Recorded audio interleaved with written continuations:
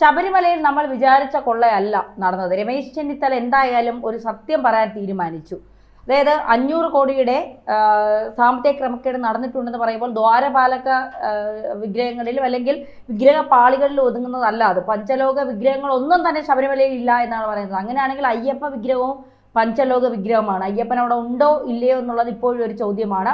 Dubai മണി, ദാവൂദ് മണി, D മണി എന്നൊക്കെയുള്ള ഒരു പല പേരുകളിൽ അറിയപ്പെടുന്ന തമിഴ്നാട് സ്വദേശി ആ വ്യവസായിയാണ് ചെന്നിത്തല കൊണ്ട് ഇട്ടുകൊടുത്തത്. ചെന്നിത്തല കൃത്യമായ പ്ലാനിങ്ങോടുകൂടി തന്നെയാണ് ഈ കാര്യങ്ങൾ പുറത്തു പറഞ്ഞത്. അങ്ങനെയാണെങ്കിൽ കോൺഗ്രസിലെ 3 എംപിമാരടക്കം തൂങ്ങാനുള്ള സാധ്യതയുണ്ട്. കോൺഗ്രസിനും ശബരിമല സ്വർണ്ണക്കൊള്ളയിൽ കൃത്യമായ പങ്കുണ്ട് എന്നല്ലേ കണക്കാക്കേണ്ടത്?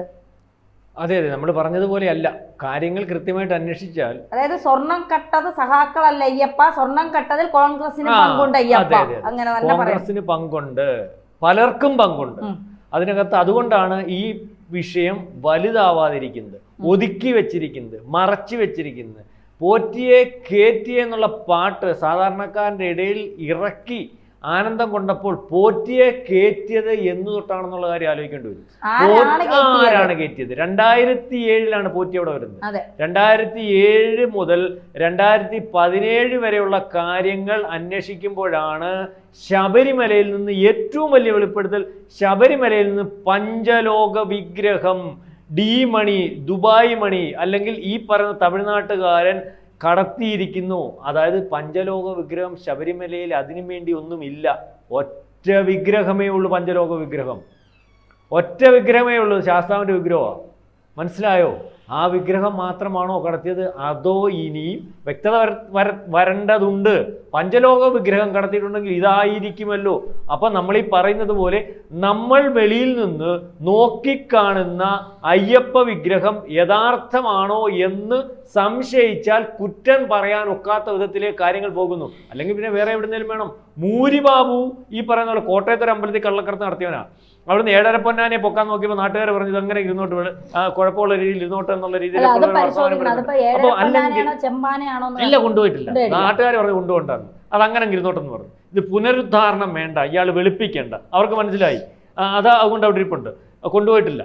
ഈ പറയുന്നത് വേറെ ഏതെങ്കിലും അമ്പലത്തിൽ നിന്നാണോ ഈ പറയുന്നത് പോലെ പഞ്ചലോക വിഗ്രഹങ്ങൾ കടത്തിയത്?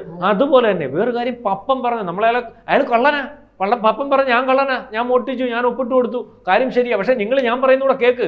എൻ്റെ കൂടെ ഉള്ളവന്മാരുടെ കാര്യം നിങ്ങളെന്താ കേസെടുക്കാത്ത? കേസിനകത്ത് അപ്പോൾ കള്ളത്തരവില്ലേ എൻ്റെ? അതുപോലെ തന്നെ അയാളൊരു കാര്യം പറഞ്ഞു, ഈ പറയുന്ന ഇയാളെ പിടിക്കുന്നതിന് മുമ്പേ പറഞ്ഞില്ലേ ഉണ്ണികൃഷ്ണൻ പോറ്റി 2007 തൊട്ടുണ്ട്. അന്നുകൊണ്ട് തന്ത്രിക്ക് മാറ്റമേ ഇല്ല.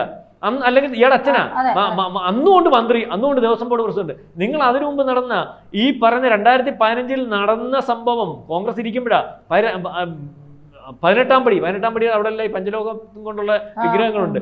അല്ലെങ്കിൽ കൊടിമരത്തിന്റെ അവിടുത്തെ 2 മണിയുടെ കാര്യം ഇപ്പോൾ പറയുന്നുണ്ട്. ഇത് എങ്ങോട്ട് പോയി? ഈ മണിക്ക് പഴക്കം അനുസരിച്ച് കോടികൾ കിട്ടുമെന്നാണ്. ഇതാരും ശ്രദ്ധിക്കുന്നില്ലല്ലോ. ഒന്നുകിൽ പറയും അതിൻ്റെ എല്ലാം അവകാശം തന്ത്രിയാണ്, തന്ത്രിയുടെ കസ്റ്റഡിയിലുണ്ട്, തന്ത്രി അവകാശി അവിടെ വെച്ച് ദഹിപ്പിക്കേണ്ട സാധനവും മറ്റേത് മറിച്ചതൊക്കെ കുഴപ്പമുള്ളത്, കോടികൾ കിട്ടുന്നത് തന്ത്രിയുടെ കസ്റ്റഡിയിലാണ്. ലോകത്തുള്ള ഈ കേരളത്തിലുള്ള പല അമ്പലങ്ങളിലെയും ഇതുപോലെ പ്രധാനപ്പെട്ട കൊടിമരം മാറ്റുമ്പോൾ, മറ്റ് പ്രധാനപ്പെട്ട കാര്യങ്ങൾ മാറ്റുമ്പോൾ ഇതിൻ്റെ പ്രധാനപ്പെട്ട കാര്യങ്ങൾ അല്ലെങ്കിൽ ഇതുപോലുള്ള വസ്തുക്കളെല്ലാം തന്ത്രിക്കയുടെ അവകാശപ്പെട്ട അച്ഛനാ അല്ലെങ്കിൽ അപ്പൂപ്പനാന്ന് പറഞ്ഞുകൊണ്ട്, തന്ത്രി എന്ന് പറഞ്ഞാൽ ഭഗവാന്റെ അച്ഛനാ സങ്കല്പം, കൊണ്ടുപോവാ. ഇവിടുന്ന് വാജിവാഹനം കൊണ്ടുപോയില്ലേ, നാട്ടുകാർ പ്രശ്നം ഉണ്ടാക്കി വേളി തിരിച്ചു കൊണ്ടുപോകും. ഇതുപോലെ എത്ര വാജിവാഹന ഇടയിലുണ്ടെന്നറിയാം.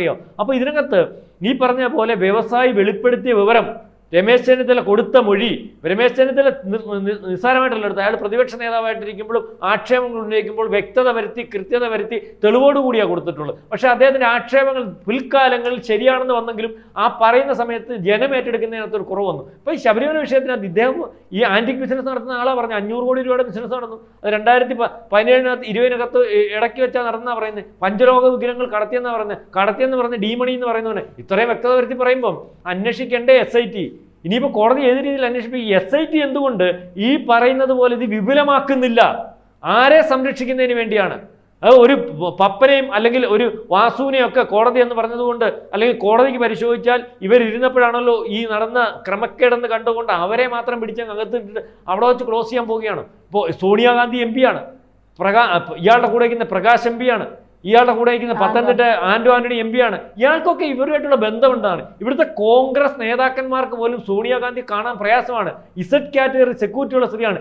2 വട്ടം വ്യക്തമായിട്ട് കണ്ടതിന് രേഖകളുണ്ട്. ഇപ്പം കുടുംബമായിട്ട് കണ്ടതിന് രേഖകളുണ്ട്. കഴിഞ്ഞ ദിവസം ഗോവർദ്ധൻ എന്ന് പറഞ്ഞവനെ അറസ്റ്റ് ചെയ്യില്ലേ? ഈ ഗോവർദ്ധൻ സോണിയാഗാന്ധിയുടെ അവസ്ഥയിലുണ്ട്. എന്തിനു വരുന്നു, എങ്ങനെ പോകുന്നു? അപ്പൊ എന്താണ് സോണിയാഗാന്ധിക്ക് ഇതിനകത്തുള്ള കാര്യം? സോണിയാഗാന്ധി എന്തുമായാലും ഹിന്ദു ആചാരം അനുസരിച്ച് ജീവിക്കുന്ന സ്ത്രീയല്ല. അവർക്ക് അതിന് താല്പര്യമില്ല. അത് അവരുടെ സ്വാതന്ത്ര്യമാണ്. ഞാൻ അതിനെ കുറ്റപ്പെടുത്തുമല്ല. പക്ഷെ എന്തിന് ഈ തിരുമേനിമാരെയും ഇത്തരത്തിൽ അല്ലെങ്കിൽ ഈ ആചാരമായിട്ട് നിൽക്കുന്ന ആൾക്കാരെയും വോട്ട് ഇങ്ങേയറ്റം സോണിയാഗാന്ധിയുമായിട്ട് തുലനം ചെയ്യുമ്പോൾ ഒരർത്ഥത്തിലും അവരുടെ അടുത്ത് പോകണ്ടാത്ത ഈ ഉണ്ണികൃഷ്ണൻ പോറ്റി എന്തുകൊണ്ട് സോണിയാഗാന്ധിയുടെ നിത്യസന്ദർശകരായി? നമ്മൾ ഏറ്റവും വിശ്വസിക്കുന്ന പ്രയാർ ഗോപാലകൃഷ്ണന്റെ കൂടെ സോണിയാഗാന്ധിയുടെ കൂടെ അല്ലെങ്കിൽ ഉണ്ണികൃഷ്ണൻ പോറ്റിയുടെ കൂടെ നിൽക്കുന്ന ഫോട്ടോ ഇപ്പൊ വന്നിട്ടുണ്ട്. അല്ല, ഇതിപ്പോ ഈ ഡീമണിയുമായി ഇടനിലക്കാരൻ ഉണ്ണികൃഷ്ണൻ പോറ്റി ഇപ്പൊ ഉണ്ണികൃഷ്ണൻ പോറ്റിയുടെ വലിപ്പം എത്രത്തോളം ഉണ്ട്? ഇടനിലക്കാരെന്ന് പറഞ്ഞാൽ ഈ സാധനം പൊക്കിക്കൊണ്ട് കൊടുക്കണം, ഇന്ന സാധനം ഉണ്ട്. അപ്പൊ ഇത് ഇല്ല.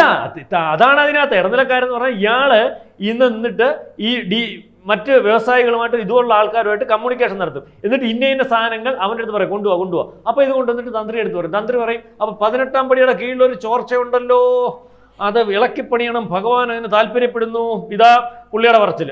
അപ്പോഴത്തേനും നമ്മൾ വിചാരിക്കും, ഞാൻ തമാശ ചിരിക്കാൻ പറഞ്ഞല്ല, ഇങ്ങനെ ഓരോ അമ്പലങ്ങൾ നടക്കുന്നത്. അതെ, എന്നിട്ട് ഇങ്ങനെ പറയും. അപ്പൊ 18-ാം പടി ഇളക്കുമ്പോഴത്തേനും എല്ലാം കൂടെ വട്ടം നിൽക്കുവാന്നല്ലോ, കൊണ്ടുപോകാൻ നിൽക്കുന്നവനും കൊള്ളക്കാരനും ആന്റിക് ബിസിനസ്സുകാരനും എല്ലാം അതിന്റെ വട്ടമുള്ള. എന്നിട്ട് പുതിയ നമ്മൾ വിചാരിക്കും പഴയത് ഇളക്കി, എന്ത് സുന്ദരമായിട്ട് പുതിയത്. അപ്പം പുതിയ ഒരുത്ത് 10 കിലോ സ്വർണം കൊണ്ട് കൊടുത്തു.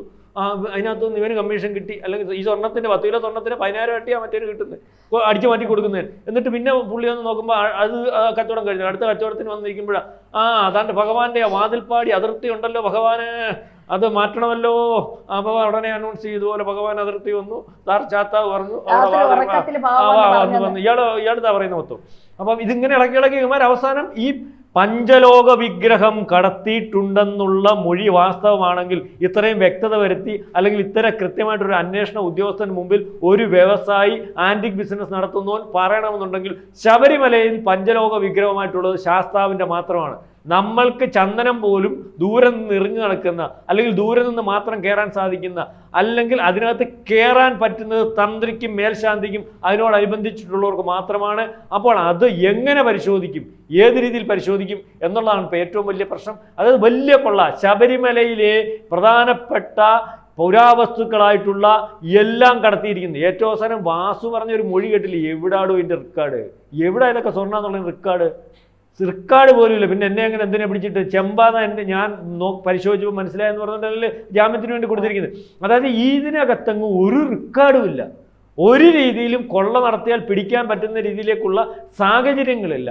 പിടിക്കുക, കേസെടുക്കാം, പിടിക്കാം, കേസ് ഫയൽ ചെയ്യാം, തെളിവുകൾ പരിശോധിക്കുമ്പോൾ കോടതിയിൽ കൊടുക്കാൻ ഒന്നുമില്ല, മിനിറ്റ്സ് ഇല്ല. പാളി സ്വർണ്ണമാണെന്നും പൂശേന് രേഖയില്ല, പരിശോധിക്കുമ്പോൾ മനസ്സിലാവും. ഈ രീതിയിലേക്ക് കാര്യങ്ങൾ ഓപ്പറേറ്റ് ചെയ്തിരിക്കും. അതായത് അവിടെ നടന്നത് പപ്പം പറഞ്ഞതുപോലെ 2007 തൊട്ടെങ്കിലുമുള്ള കൊള്ള പരിശോധിക്കേണ്ടി വരും. അതായത് ശബരിമല 18-ാം പടിക്കകത്ത് കൊള്ള നടന്നിട്ടുണ്ടാവും, ശബരിമല കൊടിമരത്തിനകത്ത് കൊള്ള നടന്നിട്ടുണ്ടാവും. വളരെ കൂടുതൽ അവിടെ നിന്നുള്ള പുരാവസ്തുക്കളായിട്ടുള്ള ഇതുപോലെ പ്രധാനപ്പെട്ട വസ്തുക്കൾ എല്ലാം അതും പപ്പം പറഞ്ഞിട്ടുണ്ട്. ഇതിനു മുമ്പും അമ്പലത്തിന് വെളിയിൽ പോയിട്ടുണ്ട്. ഇതിനു മുമ്പും ഈ കച്ചവടങ്ങളൊക്കെ നടന്നിട്ടുണ്ട്. അന്ന് CPM അല്ല, പിണറായി വിജയന്റെ പുറത്ത് വെച്ച് ചാരാൻ ശ്രമിക്കുന്നതിനകത്ത് ആക്കം കുറയുന്നതിന് കാരണം, കോൺഗ്രസ്സുകാർ പുറകെ നിൽക്കാത്തതിൻ്റെ കാരണം, ഇപ്പം രമേശ് ചെന്നിത്തല കോൺഗ്രസിനകത്തുനിന്ന് തഴയപ്പെടുന്നതിൻ്റെ കെയർ ഓഫിൽ മാത്രമാണ് അദ്ദേഹം. ഒരുപക്ഷെ അദ്ദേഹം നല്ലൊരു വിശ്വാസി ആയതുകൊണ്ടായിരിക്കും, എനിക്കൊന്നുമില്ലെങ്കിലും അയ്യപ്പൻ്റെ കൊള്ളയടിച്ചവന്മാരെ വെളിയിൽ കൊണ്ടുവരുന്നതിൻ്റെ നിമിത്തം ഞാനായിക്കൊള്ളട്ടെ എന്ന് കണ്ട് ഇറങ്ങിയതായിരിക്കാം ഒരുപക്ഷെ. ഏതായാലും അദ്ദേഹം കൊണ്ടുവന്ന വ്യവസായി പറഞ്ഞിട്ടുള്ള വെളിപ്പെടുത്തലുകൾ വളരെ ദുരൂഹമാണ്. ദുബായ് ബേസിലാണ് ബിസിനസ്. പലരും ദുബായിൽ കൂടി കറങ്ങുന്നുണ്ട്, പലയിടത്തുനിന്നും ദുബായിൽ ഇറങ്ങി വരുന്നുണ്ട്, പലർക്കും ദുബായിൽ ബന്ധമുണ്ട്.